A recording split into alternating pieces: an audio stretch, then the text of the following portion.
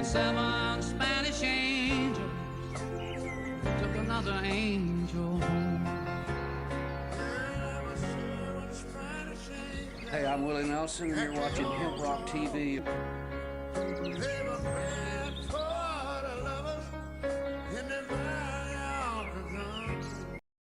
This is 700 WLW.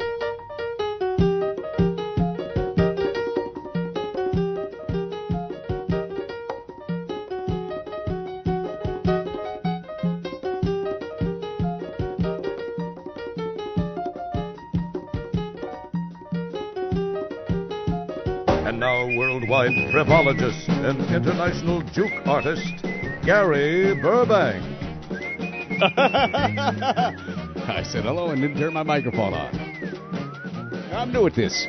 Hi, this is Gary Burbank along with my evil minion, Duke Sinatra. Hi. And let me see here. So, Duke, what are you up to here? Quickly. Come on in, Gatewood. Man, what an entrance. I mean, as soon as I say the show starts, Gatewood Galbraith walks in the door.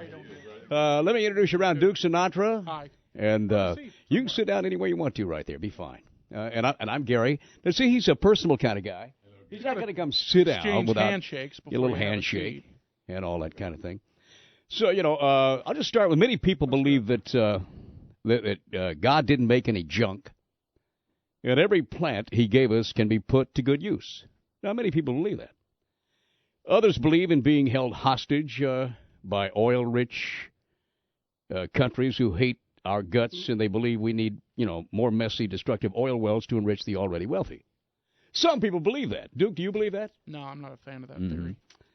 Well, it's no secret that hemp or marijuana is good for a lot more than making Hot Pockets taste really good, although it's said that it can be done. We're going to discuss hemp, freedom, and fashionable headwear. And I see that right now with the pride of the bluegrass, Gatewood Galbraith. Gatewood, how are you? Man, I am so glad to finally get on your show, brother. You've been a hero of mine for a long time. Well, likewise. I remember when you running around with Willie, and even before that, when you had the bullhorn in your hands. I was at Wacky in those days in Louisville. Yes, indeed. Yeah, and did a hell of a job down there, and they drafted you up here, and Louisville has been the worst for it ever since, believe me. I go back all the time, and I miss some of the action in Louisville. But most of it now. The people in Louisville today, I can go to a bar that I went to 30 years ago, and they're still standing in the same places they were standing in, 30 years ago. I see some of the same people, I don't know why they're standing there. That's good. I'm representing them on the same charges, too, brother, so not much has changed. I read your book. We'll get into all of that, talking about some of the book. But I kind of want to hit, right off talking about Roland A. Duby came in. He's a funny guy. And he does some very funny things. And I love your tape. You going to be at Go Bananas tonight, by the way? Yeah, I'll be there at 8 o'clock tonight at Go Bananas, first show. So you doing the same kind of material that I heard? I'm not going to be doing the music. I'll be doing my stand-up. Well, you don't do music? Why not? You got to carry your synthesizer with you everywhere you go. I should. Take a karaoke CD. Okay. So I forgot where I was. But Roland A. came in. Do you hang out with you guys pals or something? You never saw him before in your life, right? We've been co-defendants in several occasions. A couple of things that's there. Right. And Lynn, nice to have you in with us, too. Hey, thank you very much, Appreciate Gary. you Always being here. Always a pleasure. I wanted to kind of hit this from the side. Right now, everyone is driving by a gasoline pump, and they look at that thing, and they think, oh, my God. I'm paying $2.30, where in many places $3 and that kind of thing.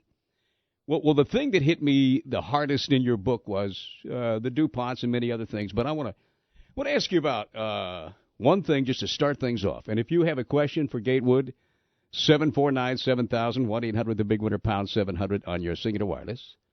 You can join in the conversation. Now, Duke's going to try to make this serious because he's a serious guy, right? I'll keep tabs on everybody, yes. Okay. So you ran for governor. What year was that?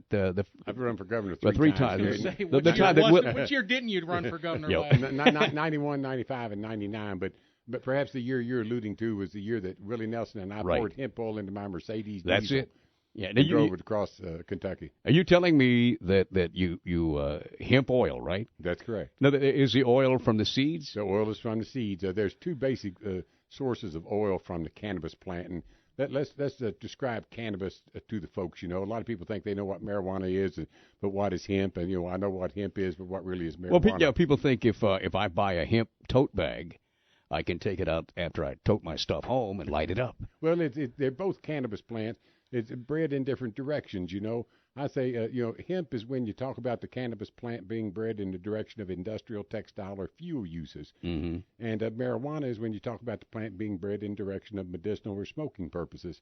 And, the way I describe it is that hemp and marijuana are both cannabis in the same way that Dennis Rodman and Danny DeVito are both adult males. Yes. They don't they're a little different. Alike, yeah, they're essentially the same genetics. It's essentially the same thing. That's right. And so it's just the same plant bred in different directions. But this is the truth. When you breed cannabis as hemp, industrial textile, it has two sources of fuel in it. The first one is, as a biomass, it creates methanol.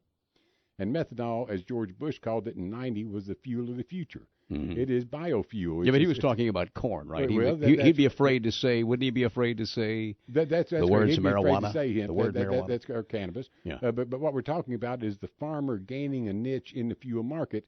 And with hemp, it's even a better biomass for fuel than corn is. Which takes us to your agrarian society ideas. That's correct. It allows the farmer to have a niche in the energy market, which is a multi-trillion-dollar market. But there's two sources of fuel. One of them is the general biomass. Mm-hmm. And what we're running on out here in fuel right now in our cars is the sunlight, the energy trapped by the plant during its growing cycle, and the energy, sun energy. And what we're going on right now is the sun's energy that was trapped and stored in plant matter years ago, because all petroleum is liquefied vegetative matter that was grown eons ago and trapped and stored the sun's energy. I thought it was dinosaur duty. Well, there's a heck of a lot more plants than there were dinosaurs back then. Mm-hmm. But the fact is that and what hemp represents is being able to capture the sun's energy on an annual basis to do it. But there's a second source of energy in it, and that is the seed. Every little seed is an oil capsule, 35 to 40% oil by weight. So if I have 100 pounds worth of seeds, I have 35 to 40 pounds of an oil that, number one, is the premier motor lubricating oil on the planet. Now say that again. Say what you just said. Now, if you had how much? If I have 100 pounds of seeds, hemp seeds, and I crush them and I get the oil out of them, there's three methods for doing that.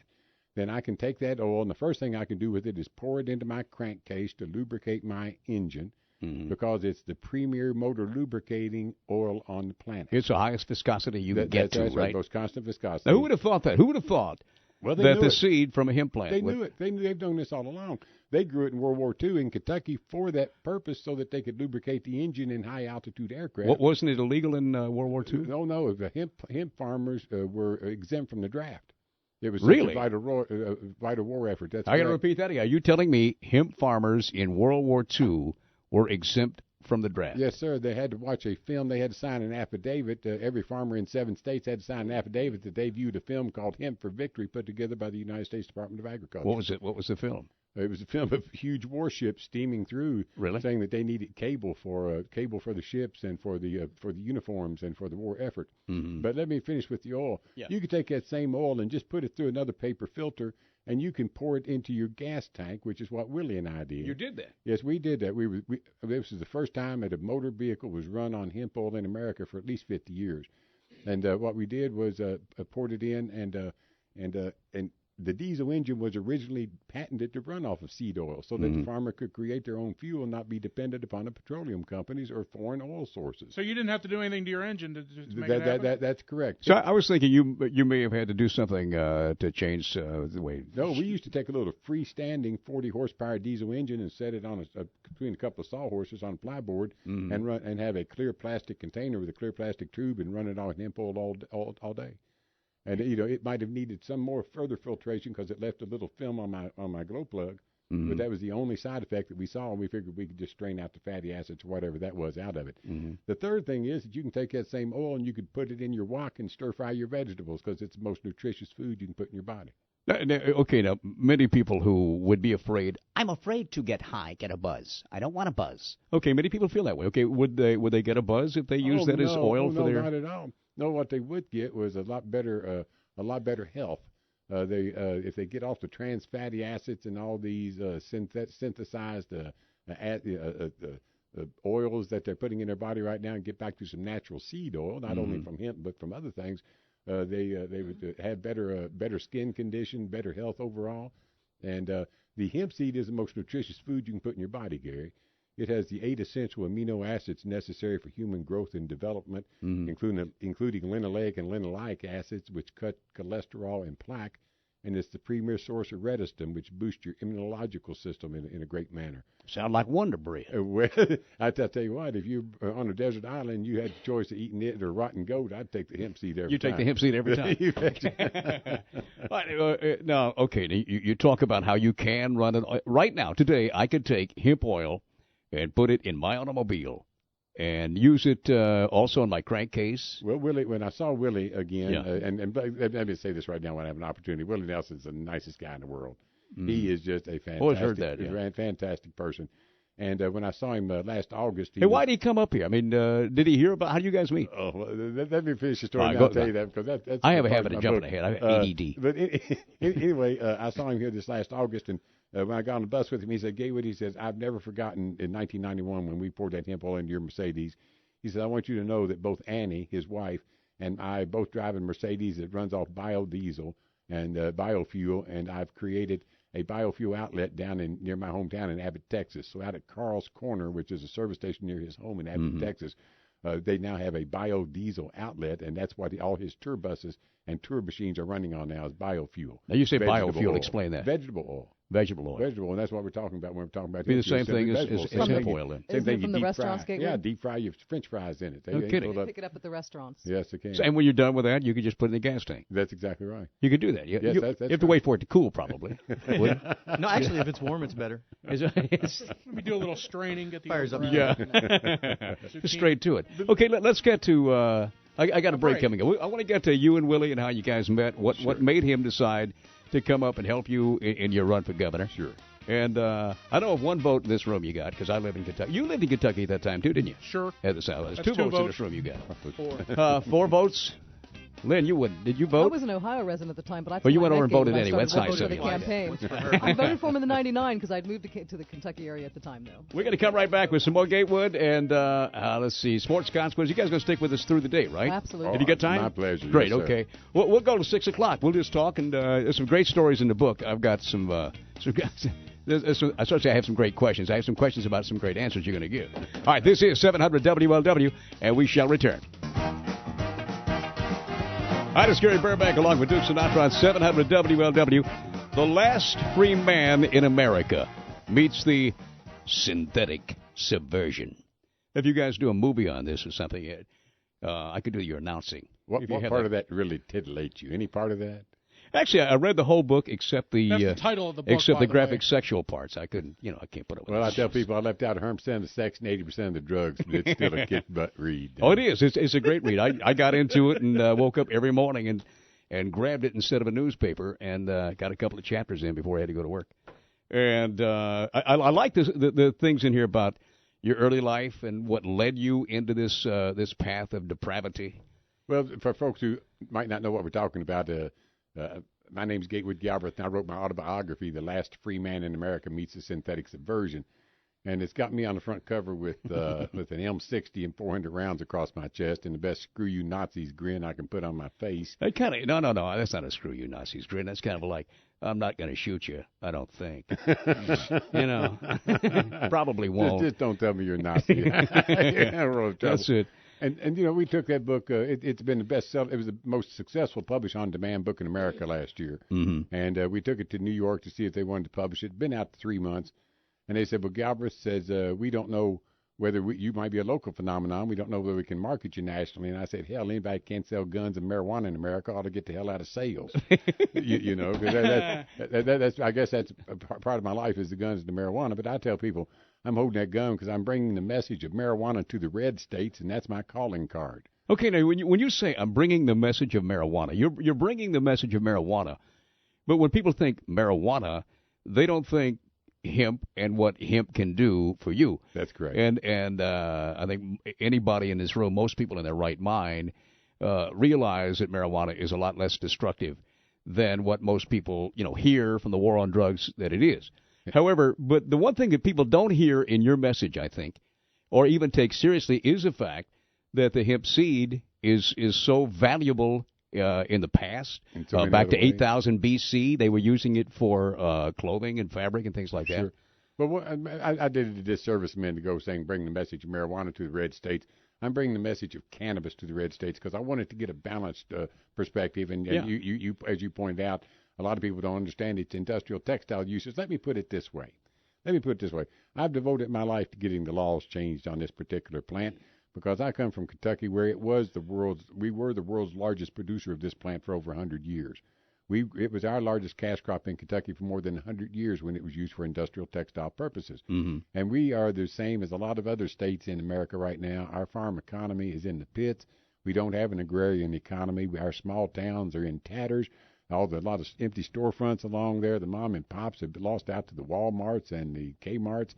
And so we are looking, the state of Kentucky was looking, I was looking for a crop that could revitalize the whole economy. And naturally, I looked at that, which was our largest cash crop for over 100 years. And so, but what's happened is that the information about this crop and what it can do has been destroyed by the people who have replaced hemp with the synthetic products that the farmers used to produce from the natural cycle. Wait, you said destroyed by the people. Why would people want to do that? Well, look here. For 10,000 years, we've gotten all the basic commodities and necessities of life from the natural cycle, from the land. I mean, when we stopped being hunters and gatherers and went out and became agriculturalists where we could plant a seed and plan on that plant coming up for next year so we wouldn't have to go out and hunt something right now, we did that for 10,000 years. The four basic commodities of life: fiber, with which to clothe ourselves and cover ourselves, food, which to eat, medicine, which is for our ailments, and fuel for the light and heat stuff, okay? And the farmer produced those things from the seed, and if you owned a lot of land, you had a lot of power.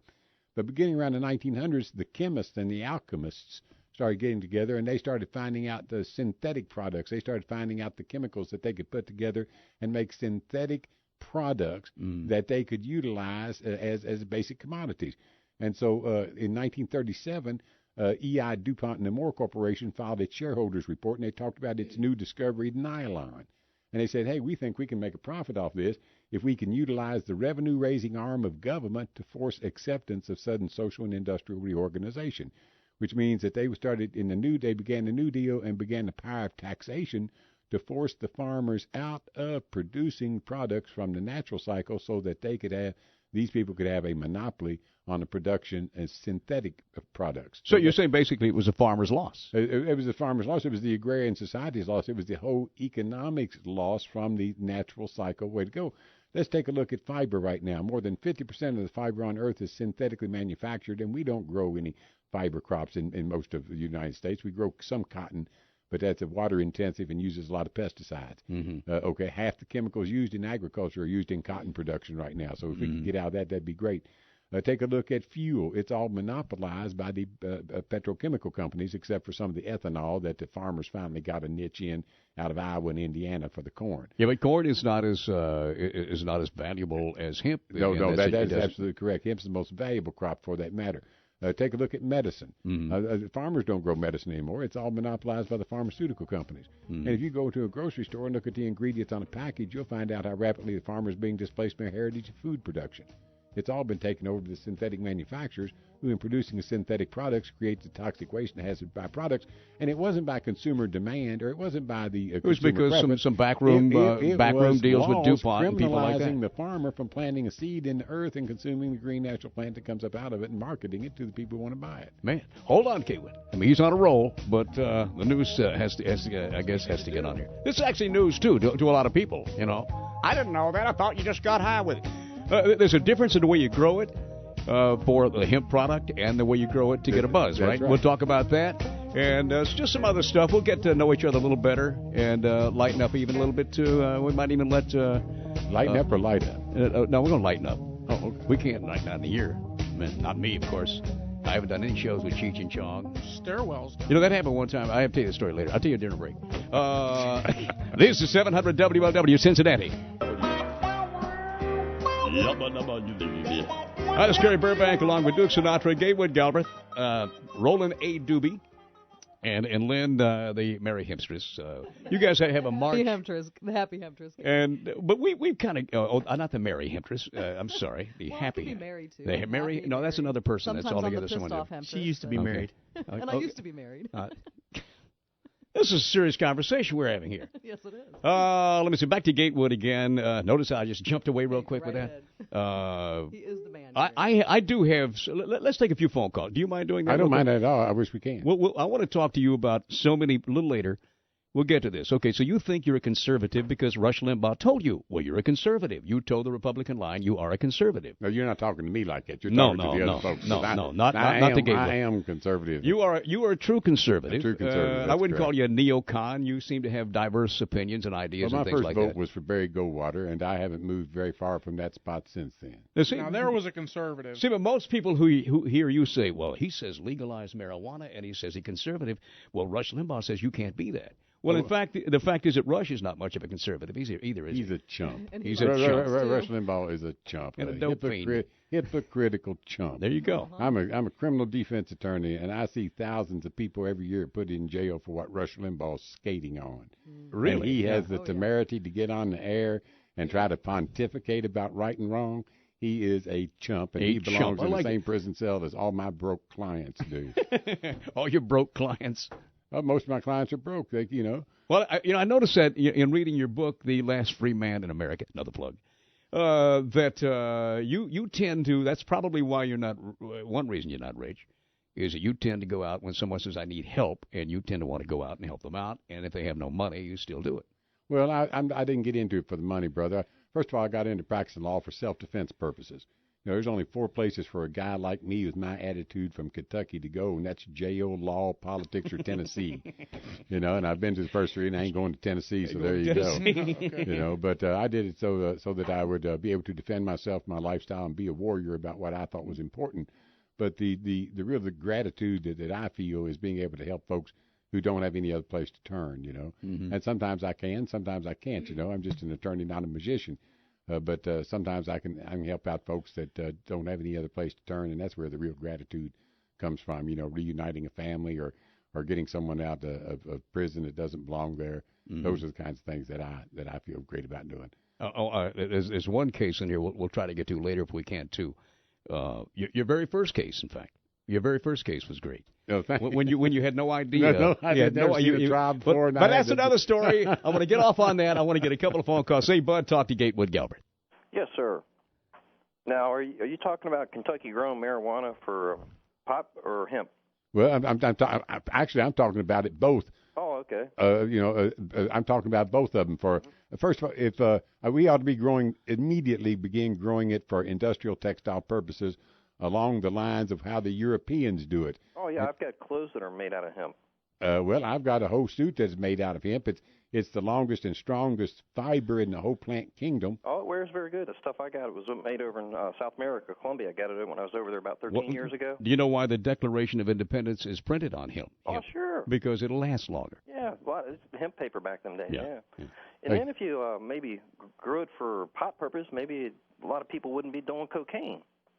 You mentioned that in your book about how marijuana, most people in the war on drugs, the people of import supposedly who say they're of import, say that marijuana is a gateway drug.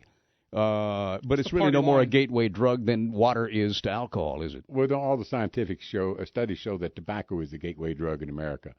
And think about it. You've got a kid who's been told, don't do this, tobacco or drugs or anything else.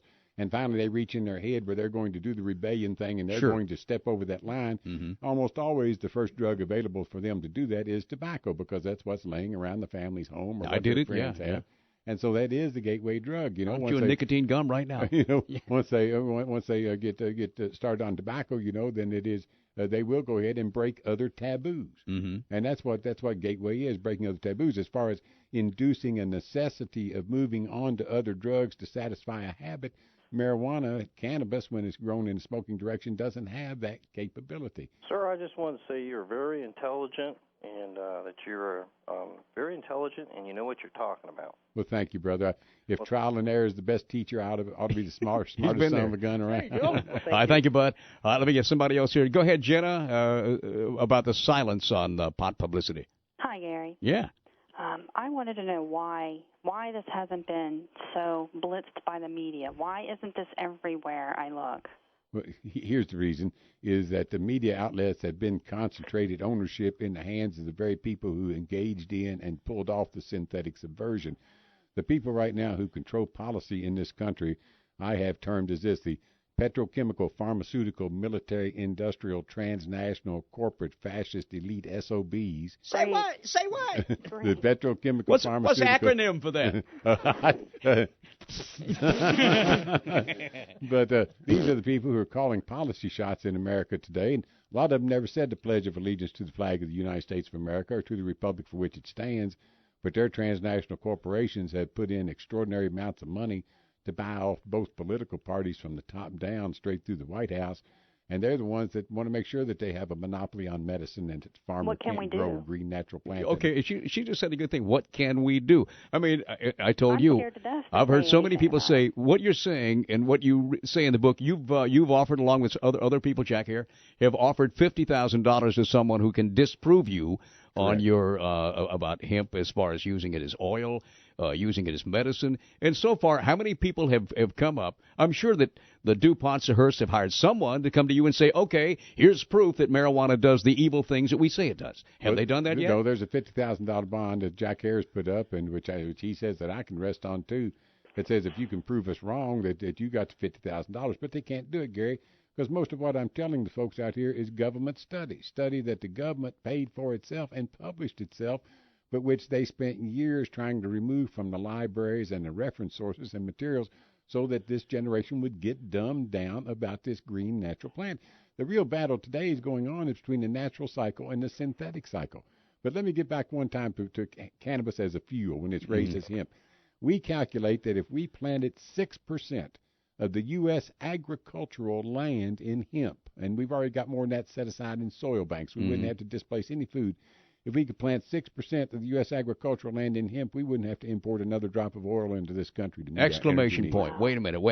Okay. Are you telling me, I'm repeating this, I read it, I know it, but okay, you telling me that if we took 6% of the land that's already set aside to not grow anything? Well, no, 6% of the agricultural land, and we've already had more than that already set aside. Okay, we've had more than that set aside. Okay, if we took 6% of that and we planted hemp, meaning that you plant a hemp field and you put the plants close together. Cannabis, just broadcast seed them and make them grow just as close together as we can so we get as much biomass per acre as we can. Okay, we could then take the oil from those seeds and we would never, ever again have to import another drop of oil? Well, not only the oil from the seeds, but the biomass itself, which we would convert into methanol. Mm-hmm. Yes, and could you fill every wok? You You could do it all. Yes, you could. We could end this war.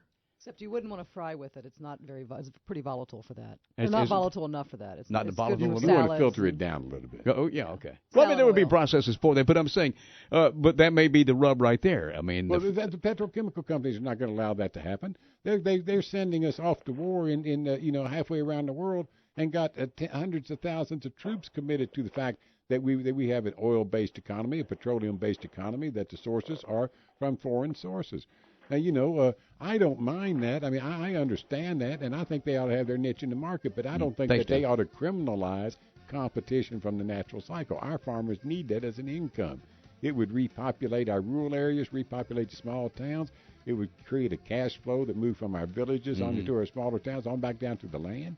You could be a contributing member of society if you do the business end of a whole. I mean, my goodness, all that stuff's being taken away from us. And look at the lessons we learned since we've been cast off of the natural cycle. There are lessons to be learned when you grow up in a small town. You work on a farm. You don't work, you don't eat. You reap what you sow. There's a time and thing for all seasons. All the basic moral necessity learnings of life. I think I heard 2-3 songs in there too. and I heard one rap song. I heard one rap song on the business side of a hoe. All right, we're going to come right back. This is 700 WLW. We're going to explore this media thing. I took umbrage. Not a whole lot of umbrage because I work for one of the biggest companies around, and I do know how control works to a degree. Although I'm pretty naive about and I don't really understand when you say, okay, the media is the demon as to why we can't get this done. Why can't we have marijuana or hemp? Let me say hemp seeds and get the oil from there, change the way everything works, give the farmers jobs, and everybody is for you on that. But how can we get from this point to the point of where that happens? Well, our previous caller asked what could they do, and it's very hard to tell somebody what they can do when the people who represent what is the mechanism for change, and that is your elected representatives, take most of their campaign money and campaign contributions from the large special interest corporations who control the production and distribution of these synthetic products, which have displaced the natural products. Also, the Partnership for a Drug-Free America, which is the main anti-drug vehicle out there, their total contributors list is the Chemical Manufacturers Association. They don't get their money from families. They get it from the Chemical Manufacturers Association, the ones people who don't want you to be able to grow your medicine in your own flower box. So you don't think about these guys sitting around a boardroom saying, we've got to stop this marijuana thing, this hemp thing. They do it, but they brother. actually do that. They spend billions of dollars. Well, look at the people processing industry that they built up around criminalizing people's association with this green natural plant. There's never been a generation before that was afraid of a green natural plant anywhere on earth that I know of. We've all had enough sense not to eat poison ivy. We've all got enough sense not to eat Dieffenbachia. So our bodies tell us from a natural standpoint, what's good for us and what's bad for us. But here we have a green natural plant that my granddaddies used to raise by the thousands of acres, and now they'll take me off and hold me in a cage for ransom because I'm in its proximity. I'll be damned. That's what the Second Amendment's all about. That's not going to happen, Did you do some good in Kentucky as far as liberalizing some of the rules and laws regarding marijuana? They said I declared marijuana legal here. In my book, I declared marijuana legal in the state of Kentucky, and it astounded a lot of people, but it's perfectly logical to me. By the way, you can get this book on Amazon.com. I should mention that. Or at Joseph Beth. You better do things. I'll forget. Yeah. And the title again is the last free man in America, Gatewood Galbraith. You can go to Amazon.com. And, right. And the reason you say this too, you want to get some books out there, but two, I think you want to get some information out there that people are not getting. I mean, what you're saying right now is things that people like. When I read the thing about, you mean 6% of the land here, if you grew that much hemp, we wouldn't import another drop of oil in this country. Correct. But then again, what about, are these people afraid of giving power to the farmer, or are they afraid of having to redo all of the ways they want a controlled economy? And the only way that you can get a controlled economy is with a controlled population. And the way you do that is through the power of taxation. They said it, like I say, DuPont said it in 1937. But what we're trying to do is to educate people about the natural cycle. What I really want to do is empower every individual. I came up, I felt powerless at a time in my life. I was 24 years old, a milkman. I was feeling pretty powerless, and I decided I wasn't going to be a pawn in their hands. I was going to go ahead and learn the system. So I went to college, went through undergraduate, became an attorney. You were standing there with a bullhorn in your hand with people's lights in Lexington, right? Student demonstration when I decided I was a target. And so I better get a little self-defense purposes going. So I went to school and became an attorney and run for governor 3 times. And, I have not won, even though, as I told you earlier, I'm the most successful political independent candidate for a major office in America the last 60 years. Yeah, too bad Pat Buchanan wouldn't listen to you with the Reform Party. Too bad. That's correct. But I got 27% in 2002 when I ran for Congress as an independent. And what did he get? What did Buchanan get? 1%? Yes, 1%. That's correct. And he wouldn't listen. That's correct. Yeah. We got 15% when I ran for governor and as a Reform Party candidate next to Jesse Ventura and Ross Perot. That's the best any Reform Party candidate ever Have did. you ever, when you ran for governor and you got that big of a percentage, what percentage of that is people that want marijuana legalized to get high, or a percentage of people with that who know the value of this hemp plant? Well, the local media would never portray me as anything else besides a marijuana smoker, and that's one of the reasons why I demonized them a little bit. The local media has always attacked me as an individual, which is fine. I'm a criminal It's a cheap way. It's an easy, cheap way out. That's exactly right. And that's why today I wanted to do this with you right now and say I want to talk about the other side. They've never attacked the message, because if they did, if they looked at the science of it, then every editor in the state would be running a weekly editorial telling the legislature to make marijuana legal for medical purposes in the state. But I've already done it. I've already bypassed them. One of the chapters in my book is I declared marijuana legal in the state of Kentucky. And so, I ran for attorney general in 2002, 2003, And so we had a debate. The Democrat and the Republican had a debate. I was the independent in the general election. We're in front of UL Law School, and there's Supreme Court justices, Court of Appeal judges, district, circuit court attorneys, law professors, and students there. And the lady says, Mr. Galbraith, do you smoke marijuana? And I said, every day. And she said, well, how can you break the law? And I said, I'm not. And but this story, if we're going to have to go to a break, the story is a little bit longer. This will be an hour break. So okay. Anyway, I said, I'm not breaking the law of smoking pot in Kentucky. And she said, why not? And I said, well, in 1909, Kentucky legislature passed a law that said alcohol in the state of Kentucky was illegal. That was challenged, and the Kentucky Supreme Court said the Kentuckians have a right to privacy in their home, which transcends the police. As long as they're not hurting anyone else or being injurious to anyone else, that they can have alcohol in their home in dry counties.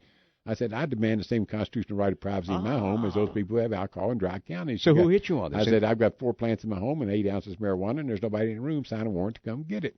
And so I said, any questions? They said no. And this time, Greg Stumbo, who won Attorney General, jumps up and says, well, Galbraith, I don't know how you have the judiciary buffaloed in your jurisdiction, but when I become Attorney General, by golly, that's going to change. So in my book, I write, hey, Greg, you won Attorney General, and I'm still waiting. Where you at?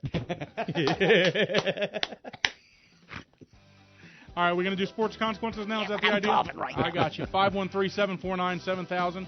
Any kind of special questions we should have? What do you want? We could do just about anything. Sports, as always. Yeah, we'll do sports. And emergency questions. I hit on a little capsule on a nicotine gum. Oh, that's for 10 years now. Works great. We shall play sports consequences. That's a natural product, isn't it? It's a natural product. It comes right out of the ground. Yeah. It's killing me, but I love it. This is 700 WLW. We'll play sports consequences right now. You can call in 749-7000, 1-800-THE-BIG-ONE, pound 700 on your singular wireless. Okay, we'll take sports. We'll take emergency questions. You got a question about pot? We got Gatewood right here. Okay, we'll take those kinds of things, too. I stand ready to serve. All right, very good. And we're going to come back. Howlin' Blind coming up 4:30. At 5 o'clock, Gatewood back on with us for a while. So if you're on the phone and you want to call back, then we'd love to hear from you. This is 700 WLW, Cincinnati. W.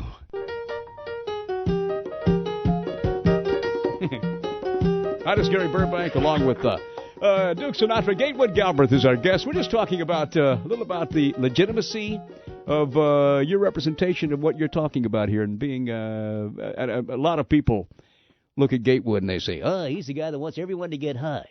Well, that's not a bad idea. However, there's a lot more to it than that. That's right. I'm associated with cannabis because I set myself up to be.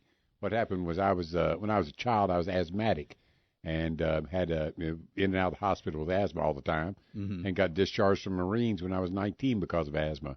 I didn't know marijuana cured asthma. I didn't find that out till I was 21 years old when a friend of mine came back from Bangkok, Thailand with a duffel bag full of Thai stick. He said, try this, Gatewood. I think it'll help you. And he later became a doctor, so he had that kind of insight. So I would think, though, natural thinking is that would be something would be a deterrent to being, smoking does not fit in most people's, concept of delivering medicine.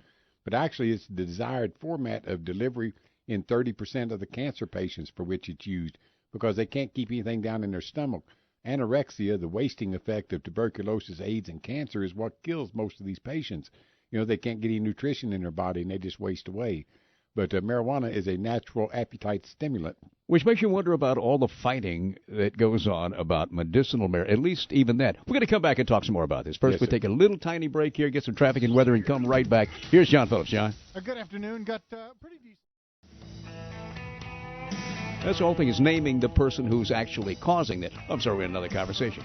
This is like a 3-hour show into a 30-second break. I'm trying to do that, yeah. I just kind of did. We were just talking about with Gatewood Galbraith, who has a book, by the way. It's called The Last Free Man in America Meets the Synthetic Subversion.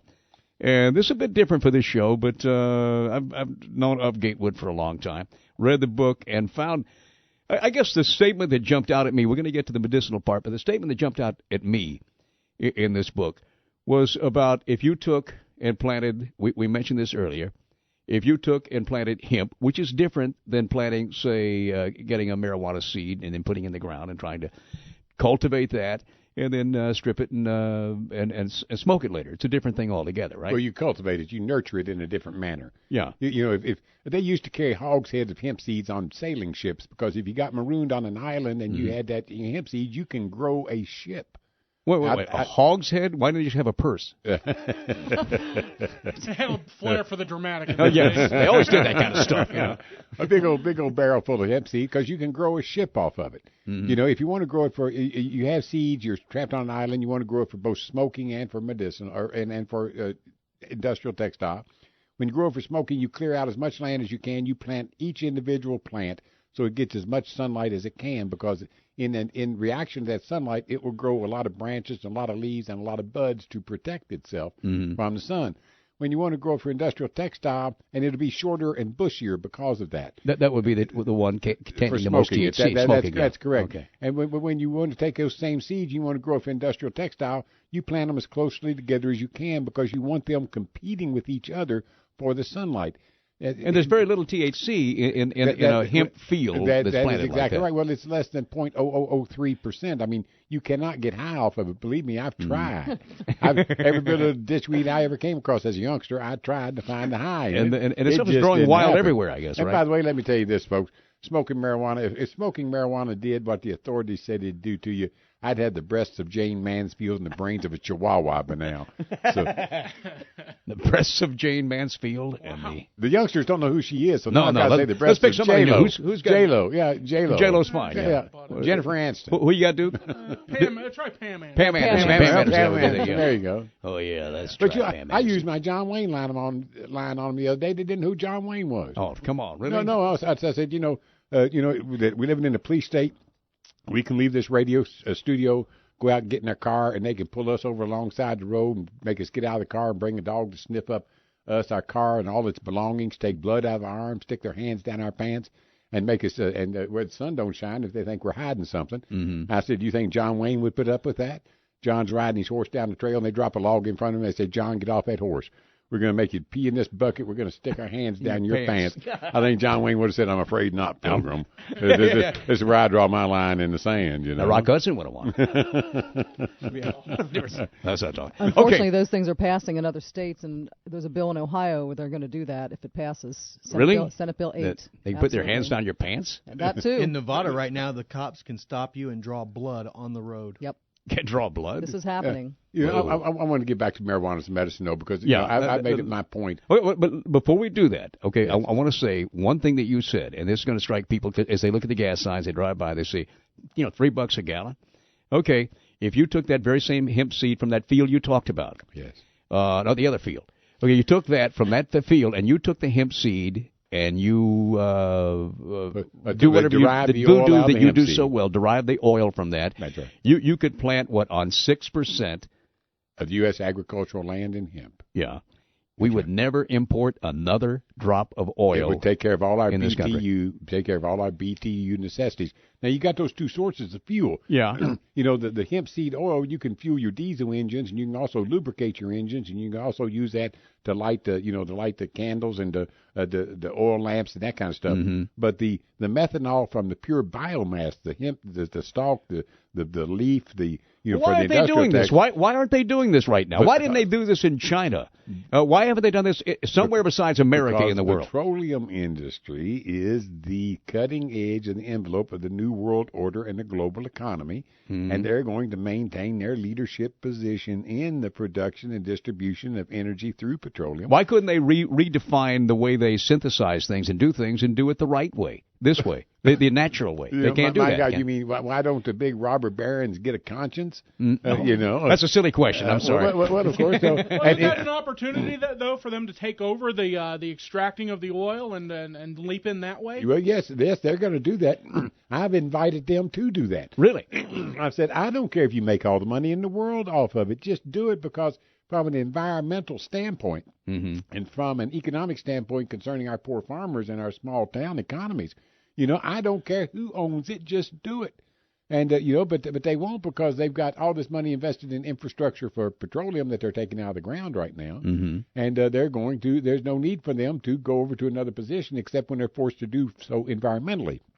Now, we're talking about hemp as a fuel. We're also talking about hemp as a paper crop. Well, I mean, look at the forests that are being the deforestation all over the globe for paper. Yeah. Well, Hearst didn't like that, did he? Back in the old days. You can get the same amount of paper pulp off of 1 acre of 1 acre of hemp as you can 4.1 acres of trees over a 20-year growing cycle. That's right. So for each acre of hemp that you grow over a 20-year period of time, you're saving 4.1 acres of deforestation, which is solving the whole earth warming and oxygen situation. Well, it's obvious as to why it is not happening. It does not benefit the backroom boys with the cigars and the people that are keeping this society the way it is. Well, I want to get to the medicinal part. This may be where the inroad is made. That's correct. And it's where it has been in all the other states, Gary. There are 11 states, maybe 12 now, that have passed various pieces of legislation that allows access of marijuana to the sick and dying in that state. I've said that if marijuana went into the hands of the sick and dying, the people for whom it's medically indicated in Kentucky, that the first year they would save between $300 and $500 million in health care costs. Here are the list of ailments for which smoking marijuana or eating it or having it delivered in a spray form is the best medicine possible. Why couldn't the insurance companies at that point? Well, let me get to this right here.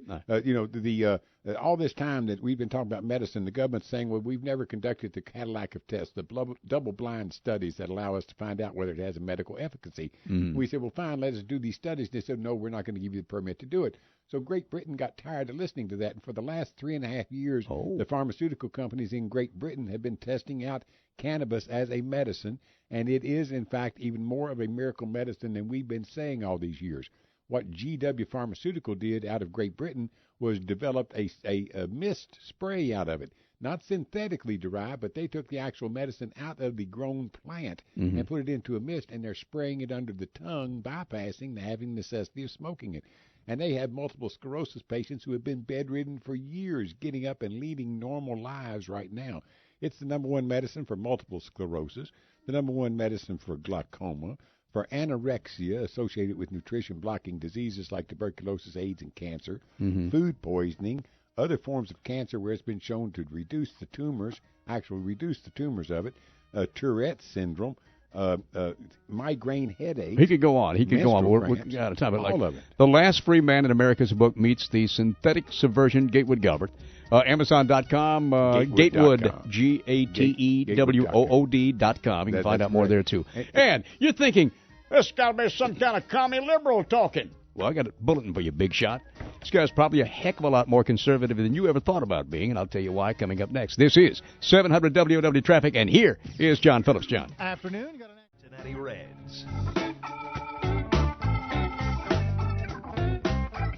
Hi, this is Gary Burbank, and I'm talking to Kentucky's finest, Gatewood Galbraith. And he started things by running for agricultural commissioner on an agrarian agenda. We won't go into that. We've kind of been talking about that. But before this break, I mentioned, okay, you think you are a conservative. Well, you may not be just because Rush Limbaugh told you were. In fact, you are a libertarian. If I can put a label on it, I guess, do you put a label on yourself like that? No. I am a conservative. I'm a Barry Goldwater conservative. Mm-hmm. When I went and I learned the system, when I was a milkman and decided I was a pawn in the system, I was going to go learn it. And I went in for the last 37 years, I've been working at learning it. And so what I found out is that the Constitution was written to keep the government in line, that the Constitution was written to as an antidote to arbitrary government action. It spelled out expressly the power the government had, and the government was given no other powers besides what were expressed in the Constitution. Mm-hmm. Now, if you're a conservative, a true conservative, is absolutely horrified by what the Republicans and the Democrats have done to the Constitution. They have blown the government up. The Democrats and Republicans, neither one have met a budget that they don't like nowadays. There is no such thing in their mind as limiting the powers of government. They're both into the expansion mode on the powers of government, far outside what was expressly given to government by the Founding Fathers. And I deem those people neocons. I mean, they're not conservatives.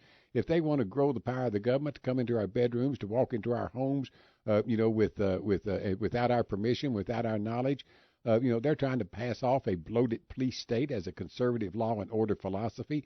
Those people aren't conservatives. They're aliens. You know, that the Barry Goldwater would have taken them behind the woodpile and kicked their butts for trying to pass this stuff See, off. what they'll do is they'll point at you for saying that and say, he's a liberal. Yeah. And they keep laying that liberal label on people with different ideas than theirs. Now, how do you combat that? Well, you know, first of all, I carry around an M60 with me sometimes. And, you know, I say, I'm a pot-smoking hippie, but I carry a bigger gun than you do, so let's talk about So that makes them feel a little better toward you. You remember how they divided up the country into blue states and red states, you know, after the political thing? Uh-huh. I'm carrying the message of cannabis to the red states, and this M60 is my calling card. That's your calling card. They let you in then, right? Yeah, I'm a pot smoker. I work 16 hours a day and made. But see, these people don't think you can be a pot smoker and be and be a real. You have to be a Republican. You have to go along with the big fat cats. Oh, yeah, I smoked a lot of joints with Republicans. You have, really? As a matter of fact, it broadened their horizons terrifically, and every one of them are grateful to me for it. Republicans? I'm still kind of taken aback by that. They passed to the right, though. They did well, of course, all hippies pass to the left. I didn't realize that. We're going to come right back, Gatewood Galbraith. So just a little message about if you really think you're a conservative, check out this. Again, your website is Gatewood.com. Gatewood.com. And I've got time. If you can hang, we got one more break here. Yes, coming up, and brother, we'll talk some more. I'm having the time of my life. All right, good. This is 700 WLW, and maybe if we've had some phone calls and I haven't been able to get to them because I'm running my mouth like I am now. But if you call in right now, I'll try to get your questions on in the next break to Gatewood Galbraith. This is 700 WLW Cincinnati. This weekend only, it's the Willis.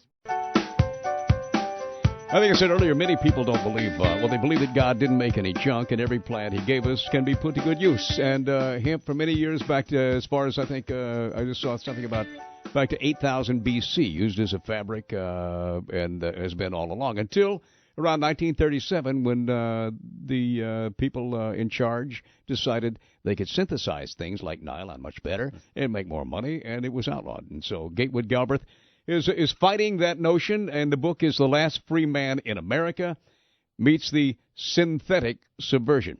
I'd like to point something out, Gary. Yeah. You know, there's more than 100 references in the Bible to taking the medicine out of the leaves and the trees that have been given to us. You know, Ezekiel 47:12, Genesis 27 through 31. Ezekiel 47:12 says, "Here's the river of life. Here are the bushes and the trees that grow along its banks. Take your medicine from the leaves and the fruits of the trees thereof." And there's not a single verse in the Bible referring to Vioxx. It does not say, hey, God gave you Dome's Little Back Pills and Prozac, by God. He didn't give you any of that stuff. I promise I get a few phone calls in, 749-7000, 1-800, the big one. And let me get to Richard, who's been on for quite some time. Richard, you wanted to talk about hemp fuel. Yes. Richard. Hey, I'm here. I'm sorry. Somebody's holding the phone for you. Go ahead. Okay. Hey, I got one quick question. Does your guest feel that if he was to make get a political position, that he would be able to make some of these changes? Yeah. Okay. Well, I've tried. I've run for governor 3 times. I put every cent I've had on the line and stood out on lots of street corners and shaking every hand I can. I'm trying to make it through the traditional political process, but I'm meeting a great deal of resistance, especially from the big money. So that though I know that my chances of actually winning an election are slim, although I did get 27% in the general election for Congress, which was absolutely unheard of for an independent candidate, I do also utilize these political campaigns to educate everybody who's paying attention to that campaign. So, you know, this to me is a continual education process because, as I told Gary just a minute ago, every generation, my basic message is every generation has to re-win its own freedoms. And a lot of the younger generation from 40 on down are not being given any education, any historical basis, or any principles from which to try to educate themselves on how to preserve the freedoms that have been fought and sacrificed for. You know, there's just a lot of young folks don't understand the freedoms that they have. They don't understand the Constitution. They don't understand the concept of sovereignty, which each of us possess in a republic like the United States. Mm-hmm. Right. The reason why I asked is I'm a member of IBEW, in the International Electrical Brotherhood, and we have started a grassroots effort to get every union employee and their families in the United States and abroad in Canada and Mexico to join together. And in our effort, of course, the ones in the United States are the ones that would count as a vote, but we're trying to get them all together as a vote in the Red, White, and Blue Collar Patriot Party, which is an independent party. And I was wanting to be able to talk to you by email or something. Do you have a website where I can go? I sure do, brother. Yes, you can go to Gatewood.com, GATEWOOD.com, And my email on that is gatewood@misnet, MIS.net. And, brother, I've stood on more picket lines than there are letters in my name. Well, I tell you what, you're a wonderful man, and everything you say, we talk about it out on the work sites, and I've talked to a lot of people, and if we just unite in the union alone across the nation would be enough vote to get you in any office you wanted. Well, I appreciate that, brother, and perhaps you'll appreciate the line that I've used in all my campaigns, and that is that our fathers and grandfathers did not hit the beaches of Normandy and Iwo Jima so that we'd have to pee in a cup to hold a job in America. And on that note, thank you, Richard, okay? Right. But I get some phone calls. I got time for one more anyway. Gary, go right ahead. Hey, guys, this is Gary Sweeney, former Libertarian candidate. Yeah. Hey, Gary. How are you doing? Well, it's a personal honor to be able to support Gatewood in the past, the present, and the future. And what he says is the honest-to-God truth. And hey, how about that part about, I like the part about, when you think you're a conservative because you voted Republican, it doesn't really mean that at all. You might be a chump.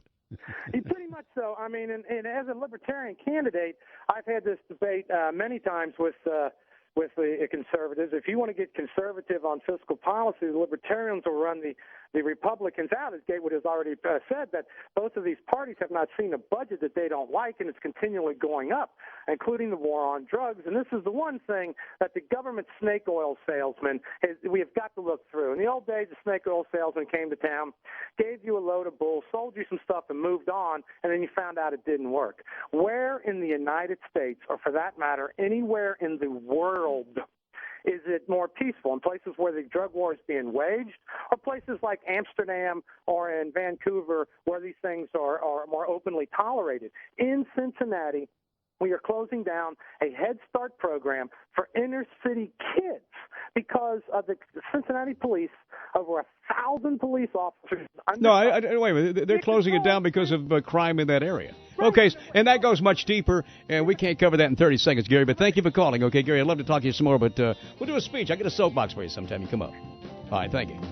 All right, let's see.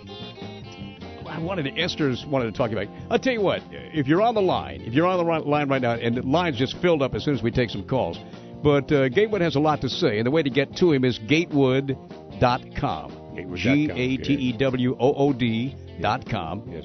And you can find out some more in that respect. And sorry, Gary, but I had to go at that point.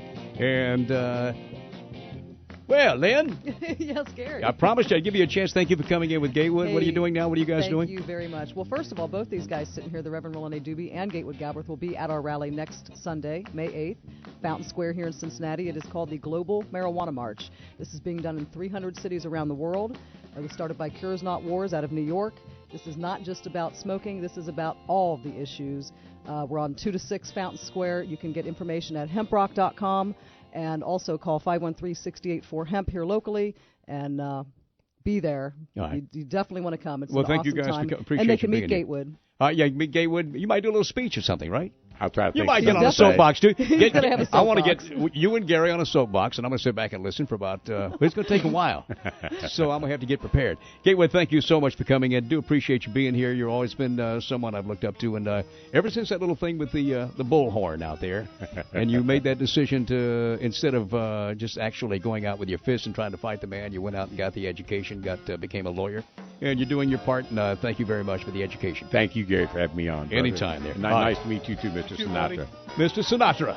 You've never been called Mr., have you? No, I think that might be the first time. All right. You ever been called Mrs.? It's about time we have a Kentucky gentleman in here. It is. Hey, Gary, I do want to say real quick that our sponsors for the event is Hustler Hollywood and Hemptations. All right. Thank you very much. We're going to check on traffic, and here is Chuck Ingram. Chuck.